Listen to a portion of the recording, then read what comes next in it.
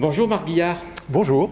Vous êtes principal du collège Montetti de Pontaugombault. Où est-ce que ça se trouve? Alors Pontaugombault, c'est en Seine-et-Marne. En Seine-et-Marne. Je ne fais pas ce métier par hasard, écriviez-vous en 2011.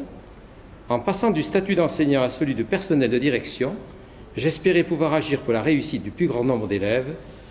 Un contexte favorable va m'aider considérablement. Mais de quoi s'agit-il? Donc effectivement, je ne fais pas ce métier par hasard. Vous étiez chef d'établissement, je pense que c'était pareil pour vous.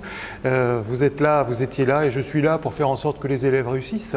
C'est vrai que le contexte, l'histoire du système éducatif fait que c'est pas si évident que cela.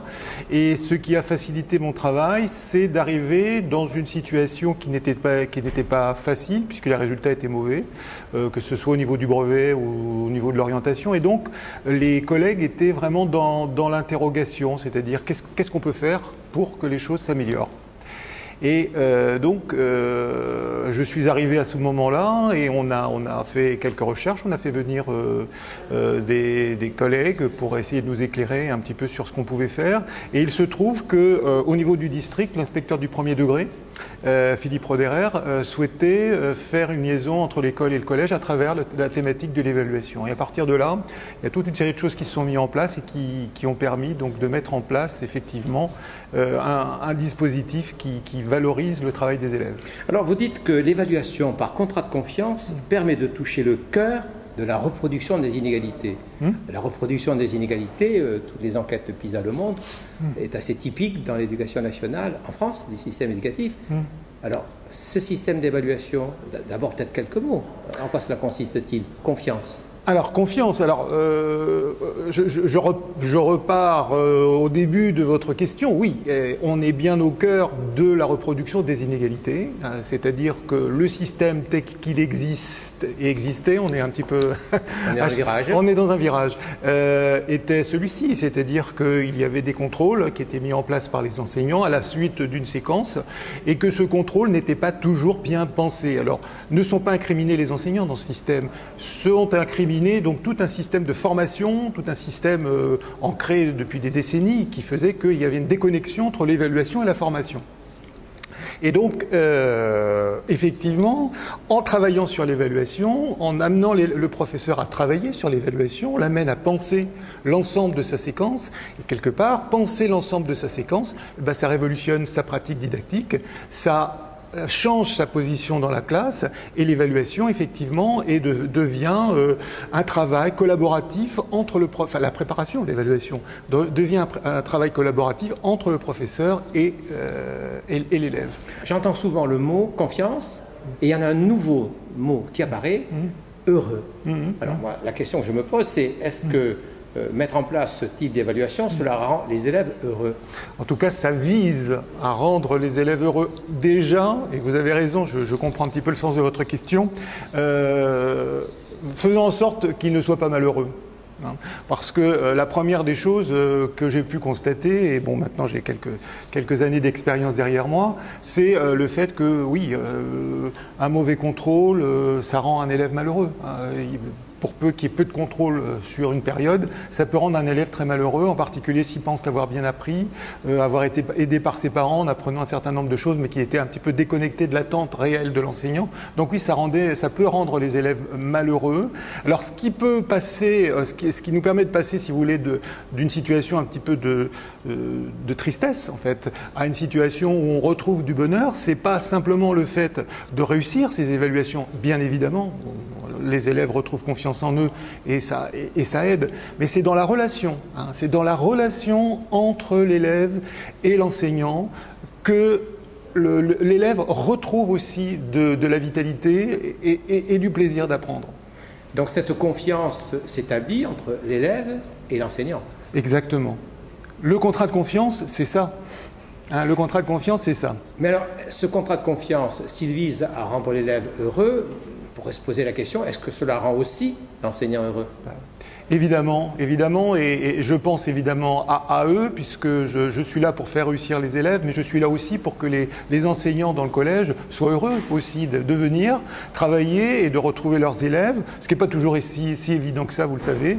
Et donc, oui, le professeur est forcément heureux, il se reconnecte en fin de compte aux résultats des élèves, parce qu'il y a une forme de déconnexion entre le travail du professeur dans sa tâche d'enseignement et celui de l'évaluation, dans lequel il se déconnectait un petit peu en disant bon, ça c'est plutôt du ressort des élèves, et que ma foi, s'ils ont des mauvais résultats, bah, c'est un petit peu du fait qu'ils n'ont pas suffisamment bien appris. Et ça pesait quand même, ça pesait dans la relation entre l'élève et l'enseignant. Et le fait que les élèves retrouvent des bonnes notes, retrouvent de la motivation, bien évidemment l'enseignant y trouve son compte, et ça améliore très nettement la relation avec l'élève. Alors la dernière question qui me vient à l'idée, c'est bon, si on cherche à rendre les élèves heureux, si on peut espérer qu'ils soient moins malheureux, si cela rend les enseignants heureux, alors le chef d'établissement, les personnels de direction. Le personnel de direction, il est sous le charme de cette situation, et enfin on retrouve la voie de ce qui n'aurait jamais dû quitter la tâche essentielle du chef d'établissement, premier responsable pédagogique de l'établissement. C'est vers cela que l'évaluation par contrat de confiance m'a amené. Alors, je ne me suis pas arrêté quand même au personnel de direction, parce que pour fonctionner de cette façon, peut-être faut-il aussi que l'institution scolaire soit en situation de confiance vis-à-vis de l'équipe de direction et donc de l'équipe éducative, pédagogique de l'établissement. Est-ce que vous trouvez dans l'institution des éléments qui vous permettent de travailler en confiance? Oui, je pense qu'effectivement l'institution me donne les moyens de travailler en confiance. D'abord, au cours de ce colloque auquel vous avez assisté également, Madame Robine est intervenue pour montrer à quel point le ministre était attaché donc à cette évolution très importante de l'évaluation. Sur le terrain, nous avons un certain nombre de collègues qui sont aussi très investis dans ce dispositif. Donc, alors bien évidemment, j'aimerais qu'il y ait plus de collègues des corps d'inspection qui soient avec nous dans ce dispositif, mais je vous l'ai dit dès le départ, ma tâche est de faire en sorte que les élèves doivent réussir, et qu'à partir du moment où je peux m'appuyer sur des circulaires de rentrée ou des consignes données de part et d'autre, je m'appuie dessus pour faire avancer ce terrain. Madame Robine était rectrice dans l'Académie de Créteil, aujourd'hui des GESCO. Oui. Vous avez parlé de l'article 34. L'article 34, c'est un petit peu un article dérogatoire qui permet à un établissement de se lancer dans une opération, je dirais, avec la garantie de l'institution. En deux mots, de quoi s'agit-il? Donc effectivement, c'est dérogatoire, en tout cas sur le papier, c'est-à-dire la possibilité pour un établissement de travailler autrement avec les enseignants et les élèves. Et donc c'est un dispositif qui engage l'établissement sur 3 ans et qui demande donc des résultats de la part de l'établissement. Et à l'issue donc de cette période, donc il y a un travail d'évaluation qui sera fait pour voir si effectivement ça vaut le coup. Mais très honnêtement, entre vous et moi, évaluer de cette manière en transparence, sous la forme d'une contractualisation, valorisant le travail des élèves, à mon sens, on n'est pas dans l'expérimentation, on est dans la réalité. Une des principales difficultés que rencontrent les personnels de direction dans la gestion des établissements scolaires aujourd'hui, c'est le livre blanc du SNPLN qui le dit, c'est de façon générale la gestion des RH, des ressources humaines. Est-ce que créer ce climat de confiance en faisant en sorte qu'à la base les élèves soient heureux, est-ce que cela ne permet pas justement d'éviter d'avoir de trop grosses difficultés en DRH? Oui, ça c'est clair, à condition que ensuite, une fois que effectivement le dispositif est reconnu par l'institution, on puisse accompagner l'ensemble des professeurs dans la formation et dans leur information. Bien évidemment. Le numérique, est-ce que c'est un élément qui pourrait permettre d'aller plus vite, plus loin, de faire autrement dans ces modalités d'évaluation? Oui, ça c'est clair. En tout cas, le numérique est dans l'histoire en amont, c'est-à-dire les enseignants sentent bien que les élèves, par exemple, sont en capacité d'apprentissage bien plus rapide que ce qui était constaté il y a quelques années. Donc, à partir du moment où les élèves sont en capacité de rechercher une information extrêmement rapidement, cela implique que l'enseignant trouve sa place d'une manière différente dans la classe. Et justement, le travail sur l'évaluation qu'il peut faire avec les élèves en les rendant plus autonomes peut s'appuyer sur ce type d'outils, sur les outils numériques, pour rendre encore l'élève plus autonome, plus actif et plus heureux en travaillant. En d'autres termes, le numérique éducatif est une démarche de recherche, action sur l'évaluation. Ouais. C'est ce qui va permettre peut-être de faire bouger l'école? Exactement. Mais vous savez que tout est lié.